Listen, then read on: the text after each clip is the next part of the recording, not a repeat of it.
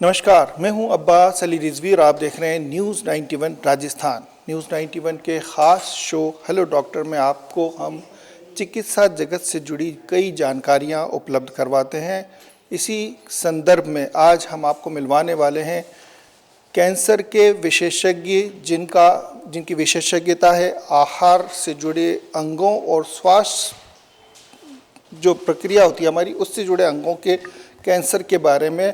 लगभग 12 साल का अनुभव और 3000 से ज़्यादा सर्जरी का अनुभव रखने वाले जायडस हॉस्पिटल के डॉक्टर सुभाब्रता दास हमारे साथ मौजूद हैं। सर, बहुत बहुत स्वागत आपका।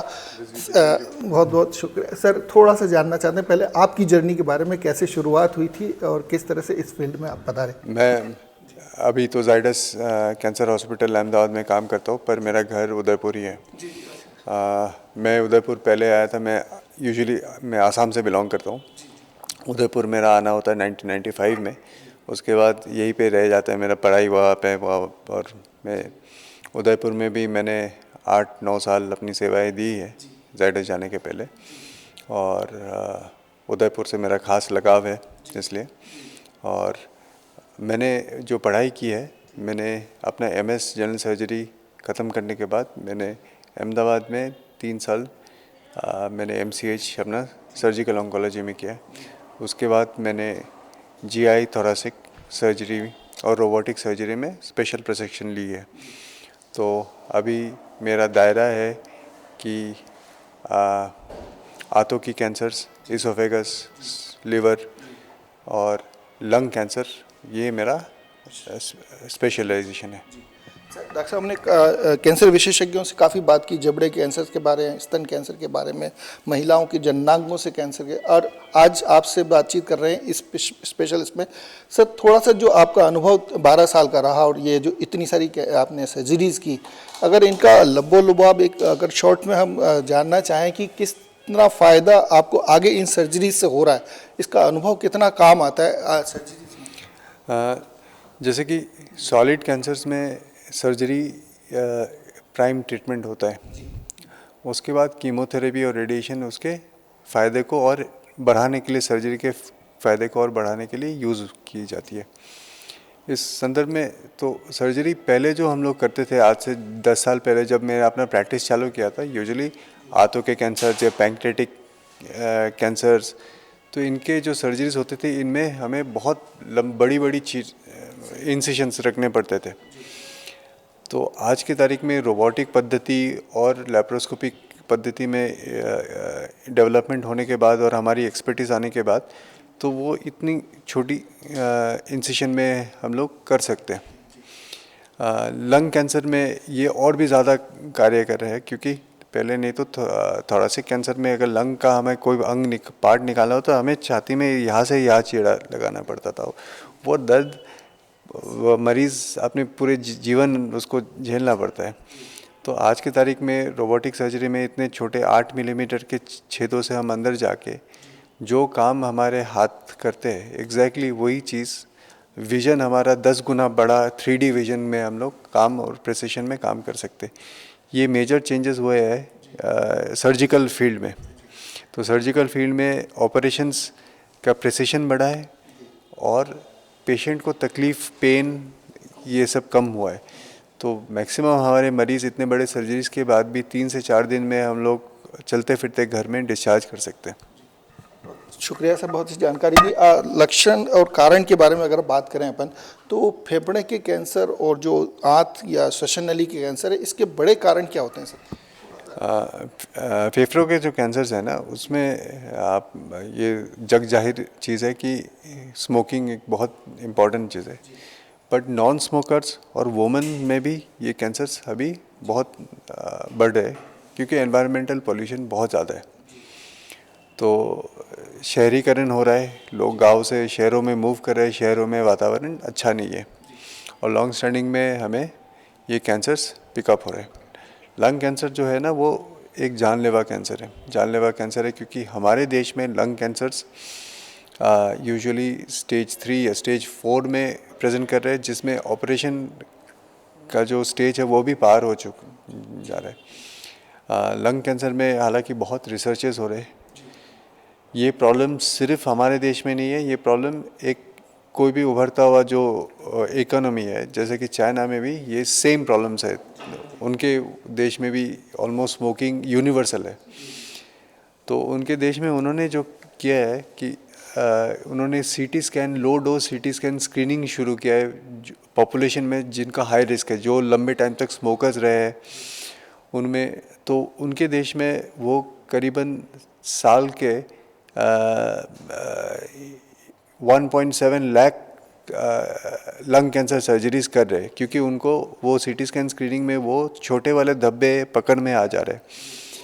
हमारे देश में हम लोग लंग कैंसर में ट्रीटमेंट में एक इन्फेंसी में है हम लोग, बिकॉज हमारे देश में सारे रजिस्ट्रीज अगर मिला ले हम लोग 20,000 से ज़्यादा लंग कैंसर के सर्जरीज नहीं हो रहे, जबकि हमारा पॉपुलेशन और चीन का बराबर है और हमारे देश में भी उतने ही लोग लंग कैंसर से पीड़ित हैं।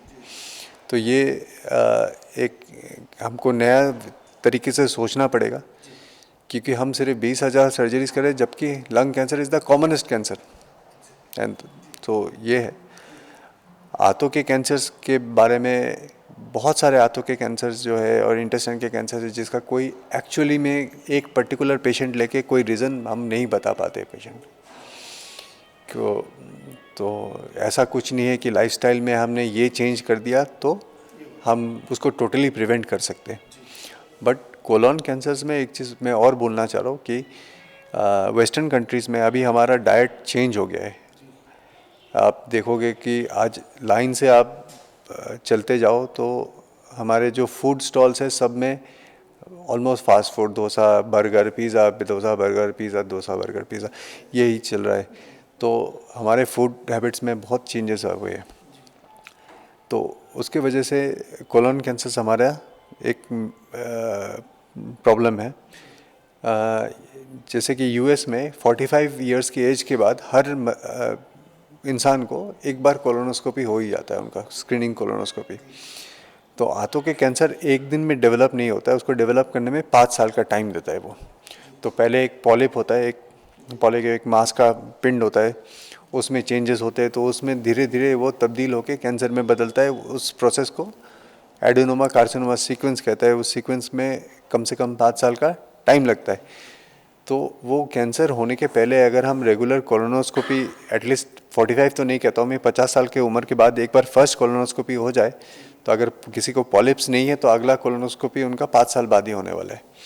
तो अगर पॉलिप मिलता है तो पॉलिप स्टेज में ही अगर उस पॉलिप को निकाल दिया जाए तो इसको प्रिवेंट कर सकते हैं हम लोग।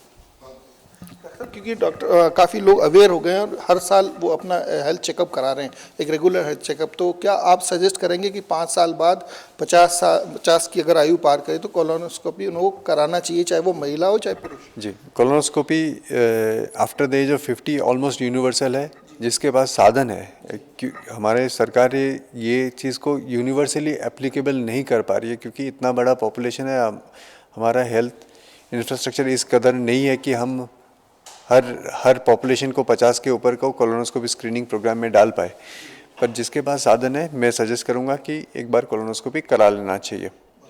सर, डॉक्टर साहब आपने बताया कि कीमोथेरेपी और जो दूसरे हैं इलाज, इसके अलावा क्या ऐसे प्रिकॉशंस हो सकते हैं या और कोई टेस्ट आपको लगता है कि अगर वो करवाया जाए तो दूसरे जो कैंसर हैं उनको प्रारंभिक उस स्टेज पे पकड़ा जा सकता है? क्योंकि ये तो जग जाहिर है कि अगर पहले स्टेज पे पकड़ में आता है तो क्योर होने के चांसेस बढ़ जाते हैं।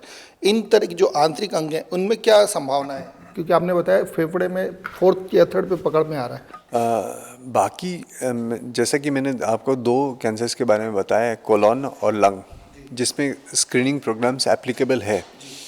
बट बाकियों में ना क्योंकि कैंसर्स रेयर है, इस तरीके का स्क्रीनिंग प्रोग्राम में सक्सेस होना चांसेस बहुत कम है। तो जैसे कि पैंक्रियास का कैंसर हो जाए या लिवर का कैंसर हो जाए। लिवर का कैंसर में ऐसा है कि जिसको पहले क्रॉनिक हेपेटाइटिस बी हो रखा है या हेपेटाइटिस सी का मरीज़ है, जो जिसके लिवर में डैमेज है सिरोसिस के कारण से, उनमें हेपेटोसेलुलर कैंसर या लिवर कैंसर होने की संभावनाएं ज़्यादा है। उनमें भी हर 6 महीने में यूएसजी भी कराना रिकमेंडेशन है। बाकी बट मेजॉरिटी जो पॉपुलेशन है उनमें कोई स्क्रीनिंग प्रोग्राम लागू नहीं है। और वो उसको करने का भी कोई मतलब नहीं है, क्योंकि वो इतना रेयर है सारे कैंसर्स। और आप फॉर नथिंग अपने एनर्जी और मेंटल एनर्जी वेस्ट करोगे टेस्ट कराने में, उसका कराने का कोई मतलब नहीं है। सर एक बहुत बड़ा जो बदलाव आया है ऑर्गन ट्रांसप्लांट का, मैं अच्छा पहले हाँ सॉरी, एक और चीज़ मैं बोलना चाह रहा हूँ। एक 60 साल की उम्र के बाद किसी भी मरीज़ का अगर हीमोग्लोबिन में 1-2% का अगर फॉल हो जाता है, दो, तो हम, हाँ, पहले पहले 12 था, 12 से घट के 10 हो गया। इस चीज़ को इग्नोर नहीं करना चाहिए। तो 60 साल की उम्र के बाद अगर किसी का हीमोग्लोबिन ड्रॉप होता है तो उसको कैंसर के लिए वर्कअप करना चाहिए, क्योंकि that is probably a cancer unless proven otherwise. अगर हमने प्रूव कर दिया कि ये दूसरे कारण से हुआ है, बाकी इस उम्र में स्पेशली मेल्स में हीमोग्लोबिन घटने का कोई कारण नहीं हो सकता है। सर बहुत बड़ी जानकारी आपने दी। अगर मैं कि अगर आपकी एज 60 के आसपास है और आपका हीमोग्लोबिन 10 से नीचे जा रहा है तो खतरे का निशान है, खतरे की घंटी, आपको जांच कराना चाहिए और भगवान से अगर आपको उसका धन्यवाद करना चाहिए। अगर वो कैंसर की वजह से नहीं हो रहा है, किसी दूसरी वजह से भी हो सकता है, बट कैंसर का लक्षण भी हो सकता है। सर मैंने जो सवाल था कि ऑर्गन ट्रांसप्लांट की बात करी थी, किस किस कैंसर में ऑर्गन ट्रांसप्लांट से ये क्योर होने की संभावना है? ऑर्गन ट्रांसप्लांट यूजुअली ना आपने ट्रीटमेंट आर्मामेंटरियम में नहीं आता है, एक्सेप्ट हेपेटोसेलुलर कैंसर। उसमें भी स्पेसिफिक क्राइटेरिया होना चाहिए, स्पेशली जब ट्यूमर अर्ली स्टेज में हो और पेशेंट जिस मरीज़ में हम ट्रीटमेंट कर रहे हैं उसका लिवर ऑलरेडी क्षतिग्रस्त हो, आइदर सिरोसिस से या उससे, उसी में ऑर्गन ट्रांसप्लांट इफ़ेक्टिवनेस है। बाकी आप अगर देखो, हमारे बॉडी में ऊपर वाले ने सब कुछ एक्स्ट्रा दे रखा है। हमारे पास इंटेस्टाइन्स है 18 फीट के, उसमें से हमें कैंसर के इलाज में 2 फीट निकालना पड़ता है। उससे जीवन में कोई फ़र्क पड़ता है? नहीं। किडनी कितने दिए भगवान ने? 2। अगर एक में कैंसर ग्रस्त हो जाता है तो मैक्सिमम ऑर्गन्स हमारे बॉडी में एक्सपेंडेबल है, तो उसको टोटली रिप्लेस करने की ज़रूरत नहीं है, एक्सेप्ट लिवर कैंसर जिसमें लिवर ऑलरेडी ख़राब है, तो उसमें ट्रांसप्लांट किया जा सकता है। पर हमारे देश में ये संभव नहीं होता है, क्योंकि बाकी लोग जिनमें कैंसर नहीं है उनको भी लिवर ही नहीं मिल रही है ट्रांसप्लांट करने के लिए। सर बहुत खूबसूरत जानकारी आपने दी। चलते चलते हम चाहते हैं सर दर्शकों को कुछ ऐसे टिप्स आप दें ताकि वो इस तरह के कैंसर्स को पहचानने के लिए तत्पर रहें, जल्दी से उन्हें पहचान सकें और अपनी लाइफ स्टाइल में थोड़ा सा कुछ बदलाव करें तो इससे बचा जा सके। मैं जो सबसे इम्पोर्टेंट बात जो बोलना चाह रहा हूँ कि सबको अपने बॉडी का फिजियोलॉजी के बारे में अवेयरनेस होनी चाहिए। अवेयरनेस होनी चाहिए, अवेयरनेस इन द सेंस कि मेरा शरीर कैसा है, मैं कितना खाना खा सकता था, अब मेरे कुछ चेंजेस हुए हैं कि नहीं। इन चेंजेस में सपोज़ आप फ्रेश होने के लिए आप पहले दिन में एक बार जा रहे थे, इस हैबिट में कुछ नया चेंजेस आ गया है। अभी आप में अब कॉन्स्टिपेशन से भूख रहे हो, this is a change inside you, and ये परसिस्टेंट चेंज है। कोई भी आपके शरीर में एक गठान पहले कभी महसूस नहीं होती थी, अब मुझे महसूस हो रही है, तो अपने खुद का बॉडी अवेयरनेस होना ज़रूरी है और उस अवेयरनेस को फॉलो अप करना चाहिए। तो अपने बॉडी अवेयरनेस और फिजियोलॉजिकल अवेयरनेस होना चाहिए। हैबिट्स में देखो कि मोटा मोटी अक्सर कैंसर्स में हमें पाया गया कि excessive fat, excessive carbohydrate, sugar and fat सब में डेट्रीमेंटल है।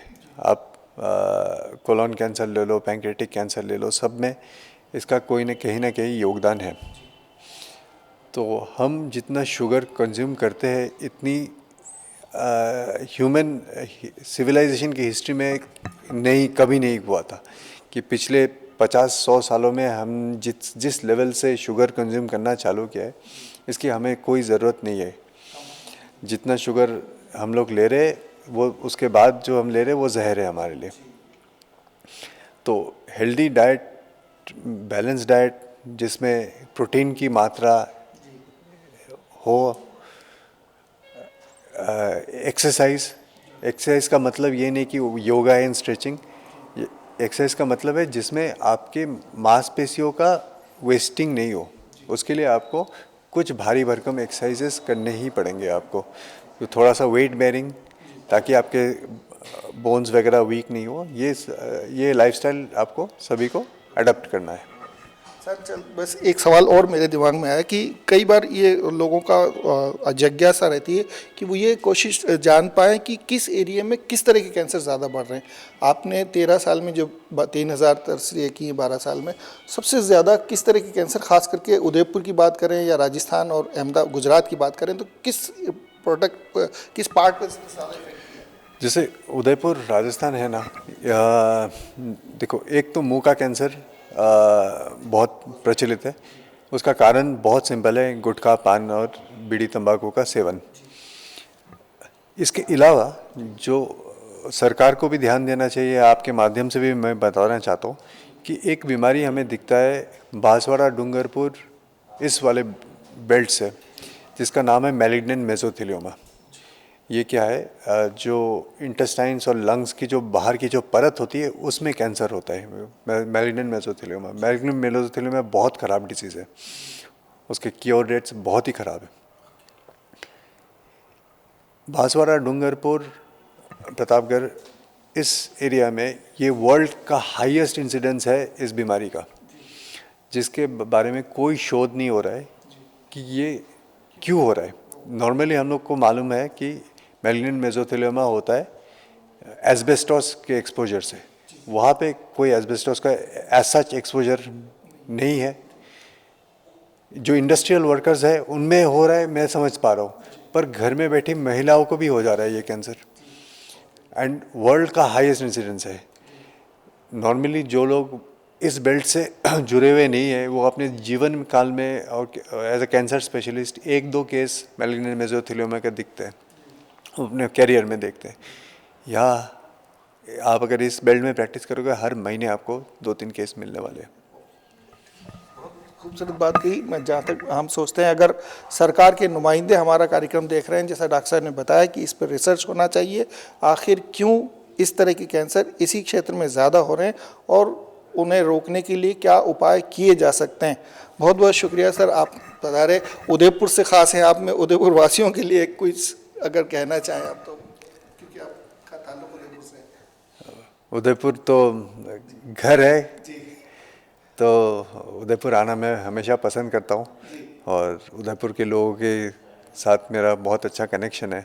तो कभी भी उदयपुर वासियों को कभी भी अहमदाबाद में कुछ हेल्प चाहिए, ऐसा नहीं है कि मेरे इस लाइन से हो, अगर मेरे कोई एडवाइस से आपको कोई हेल्प मिल सकती है तो I am always there.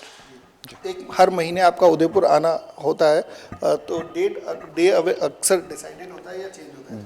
Day अभी कुछ महीनों से डिस्टर्ब चल रहा है, बट हम लोग उसको रेगुलराइज करने की कोशिश कर रहे हैं, यूजुअली 3rd वीक। जी। तो हर महीने के तीसरे हफ्ते डॉक्टर साहब उदयपुर पधारते हैं और ख़ुद उदयपुर से ताल्लुक़ रखते हैं। आपको अगर किसी तरह की प्रॉब्लम इस क्षेत्र में आ रही है, कैंसर की बीमारी का लक्षण दिख रहा है, तो ज़रूर उनसे संपर्क करें। और जिस तरह से डॉक्टर साहब ने बताया, अगर आप अपनी हेल्थ की हैबिट्स चेंज करेंगे तो इस जानलेवा बीमारी से बच सकते हैं और अच्छा और लंबा स्वस्थ जीवन जी सकते हैं। बहुत बहुत शुक्रिया सर आपका, आपने हमारे लिए समय निकाला। इसके लिए दीजिए इजाज़त पूरी न्यूज़ 91 टीम को, और देखते रहिए न्यूज़ 91 राजस्थान। नमस्कार।